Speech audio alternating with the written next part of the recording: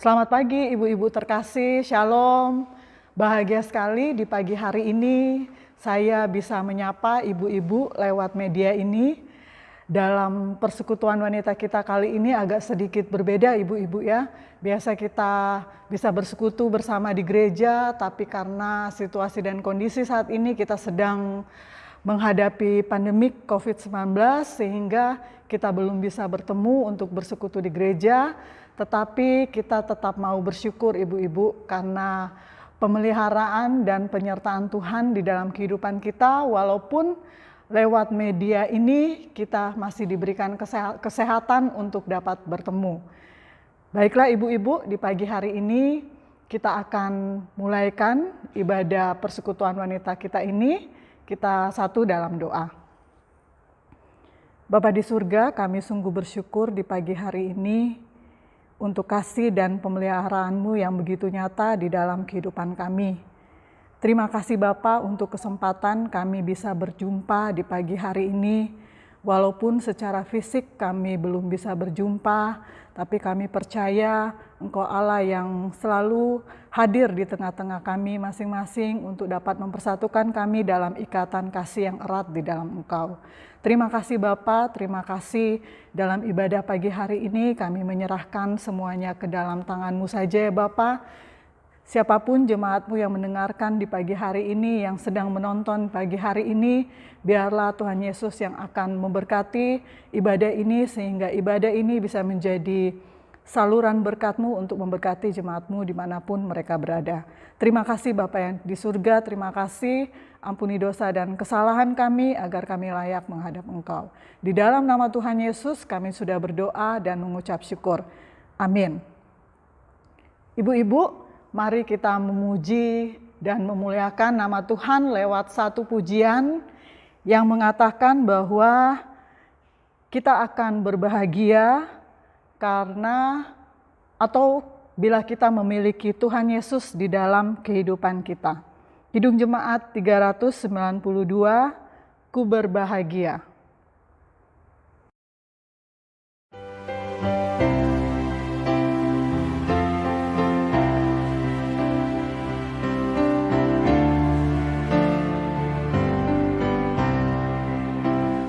Ku berbahagia,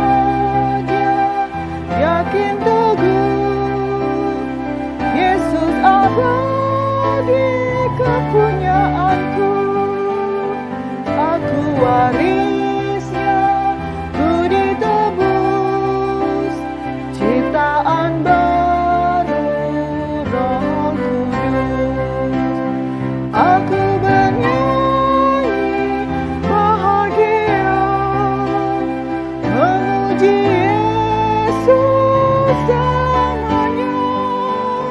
Aku bernyanyi bahagia, memuji Yesus selamanya.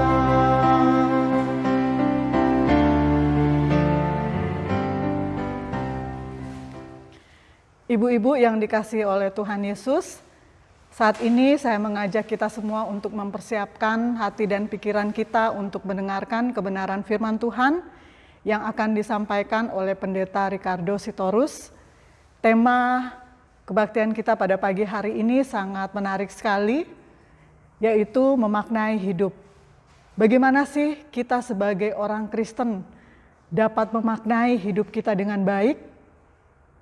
Yuk ibu-ibu, kita temukan jawabannya dalam firman Tuhan yang akan kita dengarkan saat ini. Selamat pagi ibu-ibu yang dikasihi dalam Tuhan Yesus Kristus. Apa kabarnya? Bahagia selalu kan? Dan penuh dengan sukacita. Nah, pada pagi hari ini kita akan bersama-sama membahas firman Tuhan. Tema pada persekutuan wanita saat ini adalah memaknai hidup.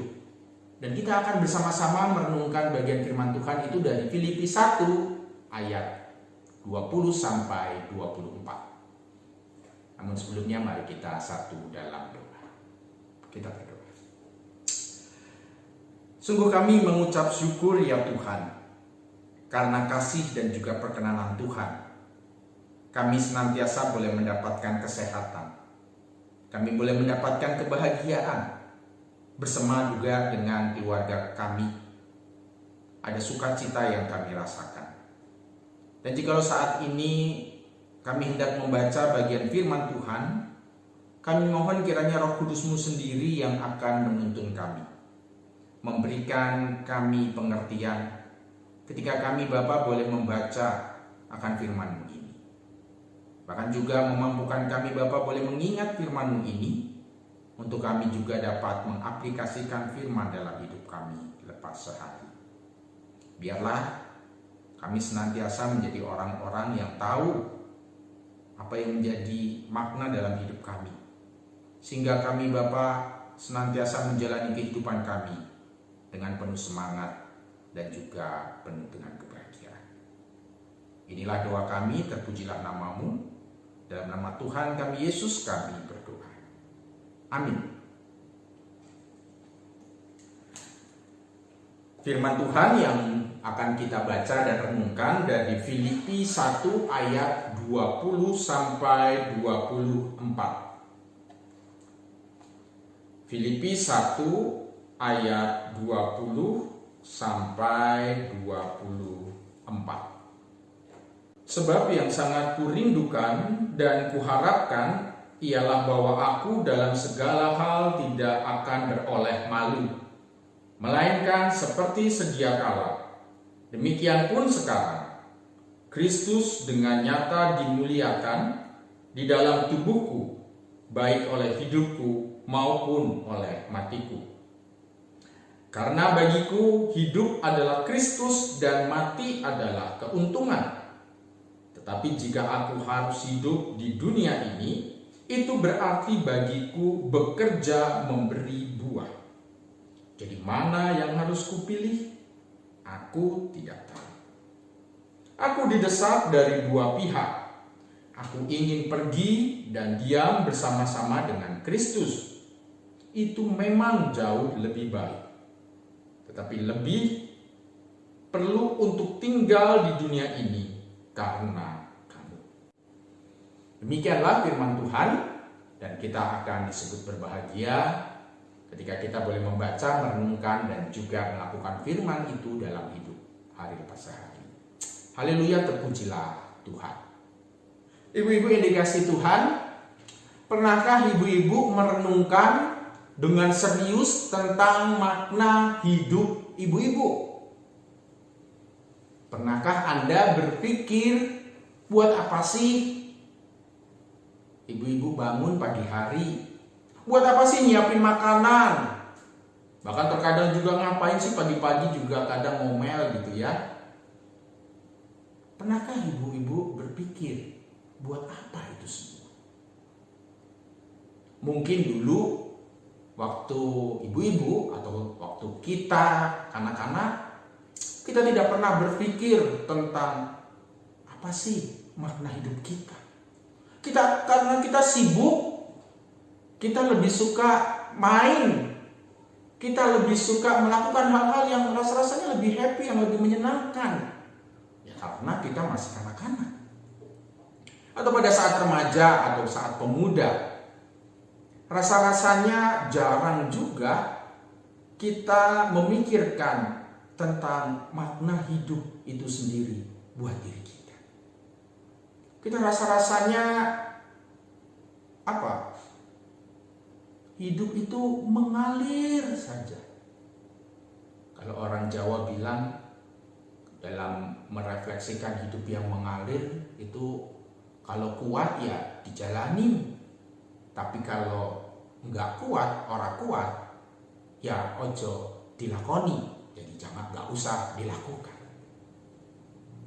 Nah, tapi kalau sekarang ketika kita sudah punya keluarga, maka bicara tentang makna hidup, rasa-rasanya kalau itu ditanyakan pada kita, banyak orang akan menjawab bahwa makna hidup saya adalah membawa kebahagiaan bagi keluarga.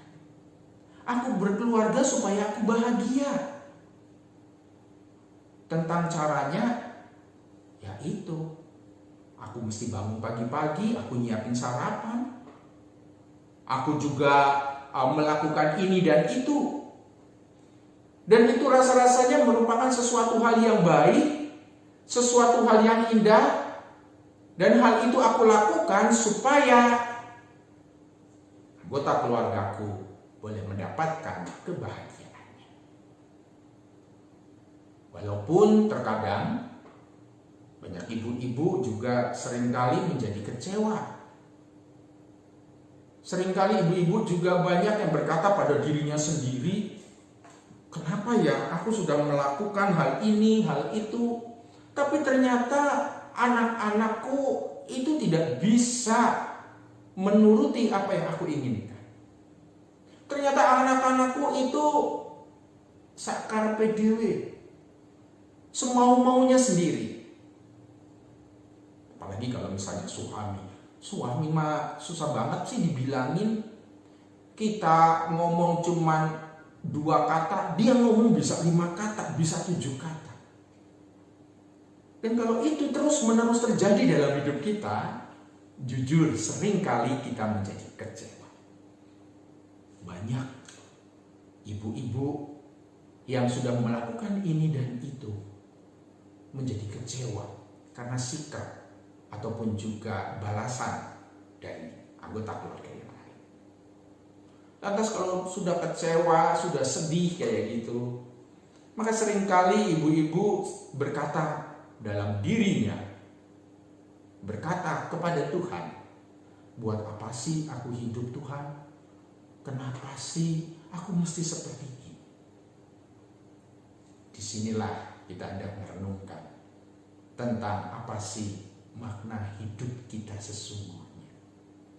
Saudaraku yang dikasih Tuhan, kalau kita pernah mendengar ataupun juga ketika kita juga pernah merenungkan ketika bicara tentang hidup, seringkali hidup itu digambarkan sebagai pemberian dan juga perjalanan. Hidup adalah pemberian dan juga perjalanan. 2 kata ini sering sekali kita jumpai, khususnya di dalam Alkitab kita.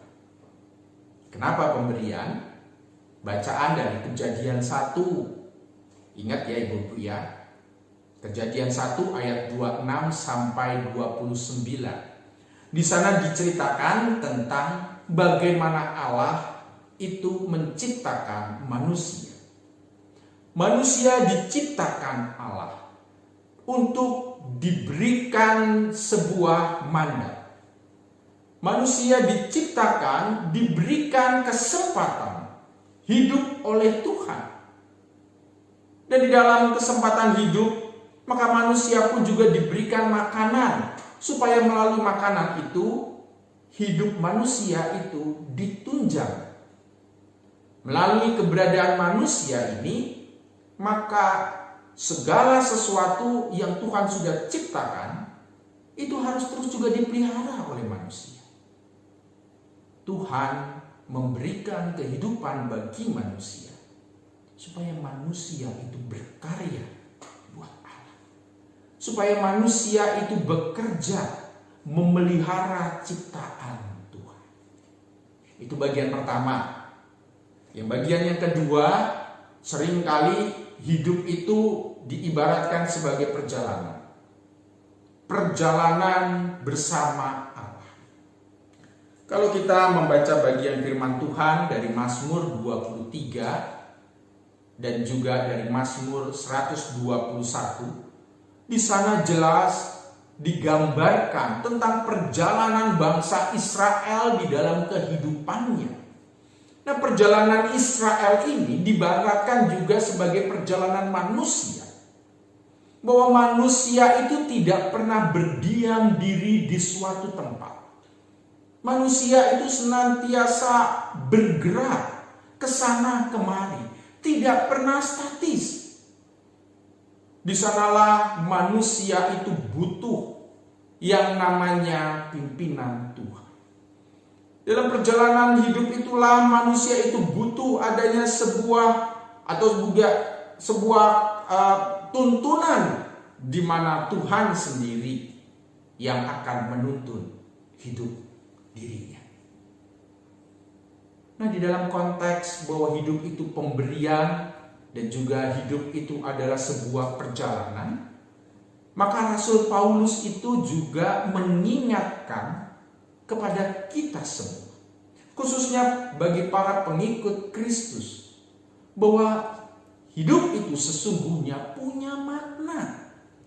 Hidup itu harusnya punya tujuan. Di mana tujuan hidup manusia seringkali kita bisa artikan banyak. Ada kan dalam hidup ini kita melihat bahwa ada sebagian orang yang punya tujuan hidupnya adalah supaya mereka berkuasa, supaya mereka memiliki wewenang, memiliki jabatan, sehingga dengan kekuasaannya itu hidupnya itu lebih mulia, lebih terpandang, lebih dikagumi orang. Ada juga orang-orang yang hidupnya atau tujuan hidupnya supaya mereka itu kaya. Sebab dengan kekayaan mereka merasakan ataupun juga mereka berpikir bahwa dengan kekayaan mereka bisa bahagia. Dengan kekayaan mereka bisa membeli apa saja. Dengan kekayaan mereka bisa kemana aja. Ada juga orang yang punya tujuan hidup adalah lebih dari orang lain. Tujuan hidupnya adalah mengalahkan orang lain. Dan kalau mereka itu bisa melebihi orang lain, mereka bisa mengalahkan orang lain, maka mereka akan merasa bahagia. Saudaraku yang dikasihi Tuhan, ada begitu banyak tujuan-tujuan kehidupan atau tujuan hidup dari manusia. Rekan-rekan bisa menambahkan sendiri. Secara khusus kalau ini dipertanyakan kepada ibu-ibu semua, apa sih tujuan hidup ibu-ibu? Sebab dengan memiliki tujuan hidup, maka kita memiliki arah. Kemana kita akan pergi? Kemana kita akan mencapai tujuan? Tujuan hidup juga merupakan sesuatu hal yang kita harus miliki supaya kita juga boleh mampu untuk kita bisa mencapai tempat ataupun juga bisa mencapai keadaan di mana hal itu ingin kita raih. Seperti kalau kita misalnya mau ke Blok M, ya kan? Maka kalau kita sampai ke Blok M, kita mau pergi ke Blok M, maka kita dimampukan. Ada daya, ada kekuatan, ada keinginan yang mendorong kita. Bagaimanapun caranya, mau hujan kayak mau banjir kayak, kita harus ke Blok M. Karena di Blok M ada sesuatu hal yang penting, ada sesuatu hal yang perlu kita lakukan di sana. Dan itu memberikan kita daya atau kemampuan itu untuk mencapai tujuan kita. Nah, saudaraku yang dikasihi Tuhan, dalam konteks inilah Paulus mengingatkan tentang tujuan hidup orang-orang Kristen. Tujuan hidup para pengikut Kristus. Ibu-ibu dan saya, kita semua adalah pengikut Kristus. Dan yang namanya pengikut Kristus artinya orang yang mengikuti, orang yang terus berjalan. Ya. Kalau misalnya kita enggak mengikuti, maka kita bukan pengikut. Kita mungkin disebut pendiam. Ya. Kalau yang lain kemana-mana, dia ngikut kemana-mana. Tetapi kalau kita cuma diam, ya kita enggak kemana-mana. Karena itulah sebagai pengikut, artinya kita juga diajak untuk boleh terus bergerak. Manusia senantiasa bergerak, berkarya. Tidak boleh diam. Manusia harus aktif, tidak boleh pasif. Dan gerakan aktivitas demi aktivitas itulah tidak bisa juga dilakukan dengan sembarangan. Kita harus punya tujuan. Dan melalui tujuan itulah makna hidup kita menjadi lebih berarti.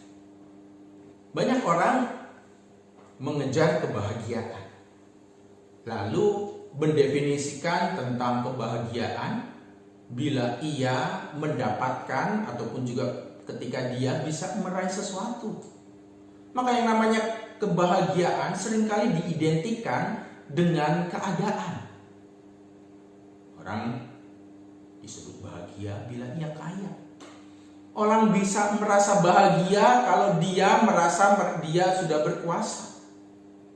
Orang akan mengatakan dirinya bahagia kalau dia punya keluarga.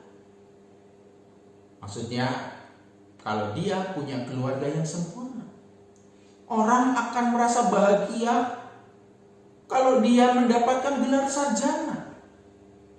Dan kalau hal itu yang menjadi ukuran, rasa-rasanya yang namanya kebahagiaan dan juga makna kehidupannya ditentukan dari apa yang dia raih. Kebahagiaan dan makna kehidupan yang dia miliki itu juga ditentukan dari apa yang ada di luar dari dirinya. Yang menarik dalam bacaan kita pada pagi hari ini, Paulus mengingatkan. Di sana dikatakan, karena bagiku hidup adalah Kristus dan mati adalah keuntungan. Tetapi jikalau aku hidup di dunia itu berarti bagiku bekerja memberi buah. Filipi 1 ayat 21 sampai 22. Ibu perhatikan di sini. Paulus di dalam Alkitab, di dalam surat ini, justru dia menyatakan dirinya, ia sudah bahagia. Dia sudah bahagia karena dia didapatkan oleh Yesus. Ibu-ibu pasti sudah tahu bagaimana proses ataupun juga peristiwa Paulus mengenal Yesus. Ketika Tuhan Yesus menjumpai Paulus di dalam perjalanannya, ketika Paulus mencari orang-orang Kristen, lalu di sana Paulus dijumpai oleh Tuhan, dan Paulus merasakan adanya sebuah sukacita yang luar biasa. Bahkan ketika dia ternyata harus buta, melalui proses kebutaan, sesungguhnya Paulus itu juga sedang dijumpai oleh Tuhan. Paulus sedang melihat adanya sesuatu hal yang lebih besar, yang lebih indah, yang lebih membahagiakan dalam hidupnya. Karena itulah dikatakan bahwa Paulus sudah sangat bersukacita ketika Tuhan itu sudah mau mengampuni dirinya, betapapun dia salah. Paulus sudah menjadi bahagia ketika Yesus sudah menjadi bagian yang terbanyak atau terindah dalam hidupnya. Karena di dalam kebahagiaan itulah akhirnya Paulus merasakan bahwa dia harus melakukan sesuatu. Dia harus berbagi kebahagiaan ketika dia sudah mendapatkan Yesus. Karena Yesuslah Paulus rela dikirim kemana saja oleh Tuhan untuk menyebarkan kebahagiaan ataupun juga sukacita bagi dunia ini. Karena kebahagiaanlah Paulus rela untuk menderita ketika dia harus dipenjara, ketika dia harus juga dilempari batu, ketika dia harus juga karam kapal, ketika dia harus disiksa. Paulus tidak menyerah. Sebab sesungguhnya dia sendiri sudah merasakan betapa kebahagiaan yang sempurna dia sudah dapatkan. Dan melalui kebahagiaan itulah dia mau berikan kepada banyak orang. Karena itulah Paulus tidak lagi mencari-cari makna hidupnya. Sebab ia tahu bahwa hidupnya sendiri sudah penuh dengan makna. Sebab dia tahu bahwa dia sudah bahagia karena dia sudah memiliki Tuhan Yesus. Karena itu dia mau senantiasa membagi kebahagiaannya bagi sesama.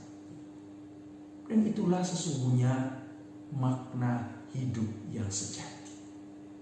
Yaitu ketika seseorang itu mau berbagi kebahagiaan karena Tuhan. Dan dalam hal inilah, ibu-ibu yang dikasihi Tuhan, Paulus menyatakan bahwa yang namanya hidup adalah bekerja dan juga memberikan buah. Menarik sekali ketika dikatakan kata kerja di sini. Sesungguhnya ini juga selaras dengan panggilan Tuhan bagi manusia, yaitu kerja atau berkarya. Allah sampai sekarang masih terus bekerja. Allah tidak pernah tinggal diam. Allah tidak pernah bermalas-malasan. Itu juga yang harusnya kita lakukan sebagai pengikut Tuhan. Di situ juga dikatakan ada yang namanya buah. Bahwa setiap karya itu akan menghasilkan buah. Ibu-ibu, kita pernah ingat pelajaran biologi tentang bagaimana buah itu dihasilkan. Buah itu dihasilkan melalui proses fotosintesis. Proses yang begitu panjang, proses yang dilakukan dari berbagai macam ramuan dengan bantuan matahari, dengan air, oksigen dan yang lain sebagainya, dan dimasak di dalam di dalam batang ataupun juga di dalam tumbuhan itu, sehingga akhirnya hasilnya menjadi buah. Dan buah itu dihasilkan bukan dalam keadaan diam, tetapi karena buah itu dihasilkan karena ada karya di sana. Saudaraku, penting sekali memiliki tujuan hidup berbuah, yaitu bila hidup kita bisa dinikmati, hidup kita bisa dibanggakan, bukan hanya untuk diri sendiri, tetapi juga Tuhan bangga untuk kita. Karena kebanggaan inilah Paulus rela supaya hidupnya itu boleh terus dilakukan di dunia ini, sehingga hidupnya itu dia bisa dedikasikan buat jemaat Tuhan. Dan sehingga banyak orang itu bisa menjadi murid-murid Tuhan. Begitu juga dengan ibu-ibu semua. Tuhan menghadirkan ibu-ibu supaya ibu-ibu juga boleh terus meneladani apa yang dilakukan Paulus. Supaya ibu juga meneladani apa yang juga dilihat dari seorang Yesus. Teladan Tuhan Yesus sesungguhnya adalah makna dari hidup kita. Melalui keteladanan Tuhan Yesuslah kita sesungguhnya diajak bagaimana hidup kita senantiasa diarahkan kepadanya. Apa sih yang bisa kita teladani dari Tuhan Yesus? Yang pertama, kita bisa meneladani sifatnya atau juga karakternya. Karakter yang lemah lembut. Karakter Tuhan Yesus yang peka terhadap kebutuhan orang lain. Ada begitu banyak cerita bagaimana Tuhan Yesus itu mencukupkan kebutuhan banyak orang. Dia membebaskan orang sakit. Dia juga mencelikan mata orang buta. Dan itu juga dilakukan karena Tuhan Yesus peka terhadap kebutuhan orang lain. Tuhan Yesus peka, dia menangis saat Lazarus mati. Dan itu juga kita bisa belajar dari hidupnya. Bagaimana kita juga turut berempati terhadap keadaan di sekeliling kita. Termasuk juga keadaan pasangan hidup kita. Jikalau suami kita ada di dalam kesulitan karena pekerjaan kantor yang begitu banyak, ataupun juga mereka dalam kesulitan dalam berkarya, kita bisa menyemangati mereka. Kita juga bisa menyemangati anak-anak kita. Mungkin mereka dikecewakan di sekolah ataupun juga di pergaulan mereka. Itu keteladanan dari Tuhan Yesus yang bisa kita lakukan. Yang kedua, kita juga bisa memiliki keteladanan dari Tuhan, yaitu tentang hatinya, tentang pikirannya. Tuhan Yesus memiliki pikiran-pikiran Allah. Kita pun juga bisa memiliki pikiran-pikiran Allah. Pikiran Allah yang seperti apa yang bisa kita teladani dari Tuhan Yesus? Paling tidak saya mencatat bahwa Allah itu tidak pernah menyerah kepada manusia. Manusia yang degil hatinya, yang tegar tengkuk, yang keras kepala. Tetapi kita bisa lihat ternyata Tuhan tidak pernah menyerah kepada manusia. Dia terus berusaha supaya hati manusia itu lunak. Hati manusia itu bisa lembut. Bukankah itu juga yang bisa kita jumpai di dalam kehidupan rumah tangga kita dan keluarga kita? Kadang di tengah-tengah keluarga kita, banyak anggota keluarga kita yang sama-sama keras hatinya atau keras kepalanya. Tetapi sebagai seorang wanita, sebagai seorang ibu-ibu memiliki kemampuan untuk melunakkan, untuk melembutkan hati.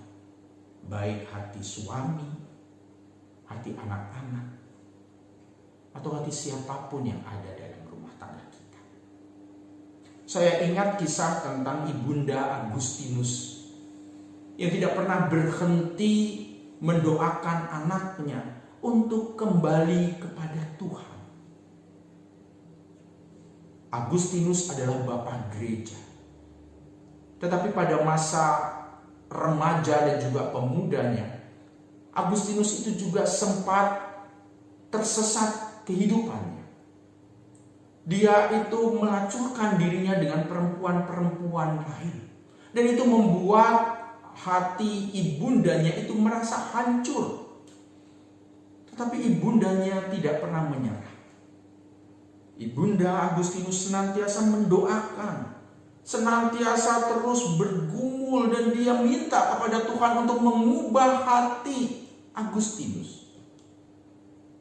Dan ternyata hal itu berhasil. Agustinus membaca surat atau membaca buku harian dari ibundanya. Betapa ibundanya di sana menuliskan bahwa tiap hari ibundanya itu tidak pernah berhenti menangis dan juga meratap kepada Tuhan demi dirinya. Dari sanalah dia bertobat. Dari sanalah akhirnya Agustinus luruh hatinya dan dia kembali kepada jalan Tuhan. Yang ketiga, keteladanan Kristus apa yang kita bisa lakukan? Yang ketiga adalah tindakannya atau perbuatan Tuhan, khususnya di dalam keadilan Tuhan. Adil, melindungi yang lemah. Ibu-ibu, ini menjadi penting sekali dalam memberikan keadilan di rumah tangga kita. Memberikan kasih sayang dalam keluarga itu sangat penting. Dan itu juga harus diberikan dengan adil. Untuk orang-orang, untuk anak-anak yang mungkin lebih lemah dibandingkan yang lainnya, maka anak-anak tersebut penting untuk mendapatkan kasih sayang yang lebih dibandingkan kepada anak-anak yang lain. Untuk anak-anak yang mungkin juga memiliki banyak kekurangan dibandingkan yang lainnya, maka waktu kita, perhatian kita, sesungguhnya juga kita harus bisa berikan kepada mereka supaya mereka juga mampu untuk menjadi orang yang jauh lebih baik. Kita diharapkan juga boleh membangun rasa percaya diri mereka. Dan inilah yang disebut dengan keadilan Tuhan. Keadilan Tuhan bukan bicara tentang semuanya mendapatkan jatah yang sama, 50-50 atau 30-30-30. Tidak seperti itu. Tetapi menempatkan kasih sayang sesuai dengan porsinya. Saudaraku yang dikasihi Tuhan, ibu-ibu yang dimuliakan Tuhan, inilah yang menjadi makna hidup kita, yaitu ketika kita senantiasa mengarahkan hidup kepada apa yang diinginkan Tuhan buat kita. Kita diajak untuk peka mencari kehendaknya. Kita diajak untuk juga menyelaraskan akan sifat kita, akan hati kita, dan juga segala tindakan-tindakan kepada apa yang Tuhan inginkan, bukan kepada apa yang kita anggap itu baik. Tuhan Yesus memberkati kita. Amin.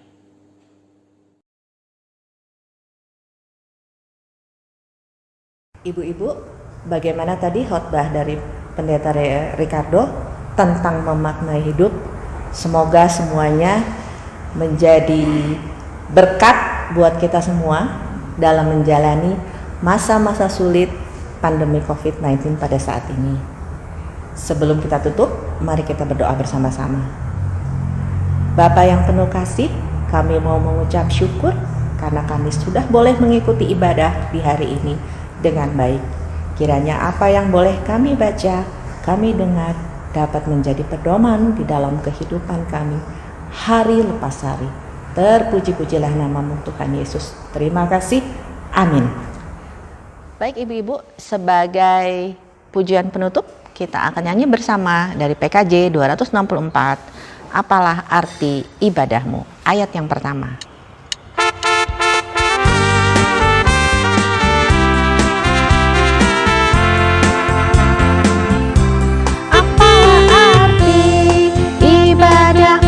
Kepada Tuhan, bila tiada rela sujud dan sungguh, apalah arti ibadahmu kepada Tuhan,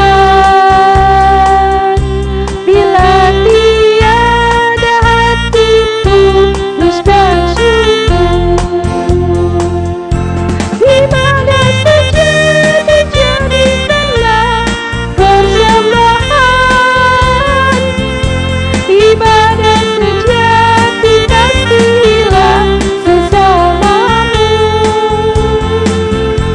ibadah sejati yang berkenan bagi Tuhan, sujud dan tulus ibadah murni bagi Tuhan.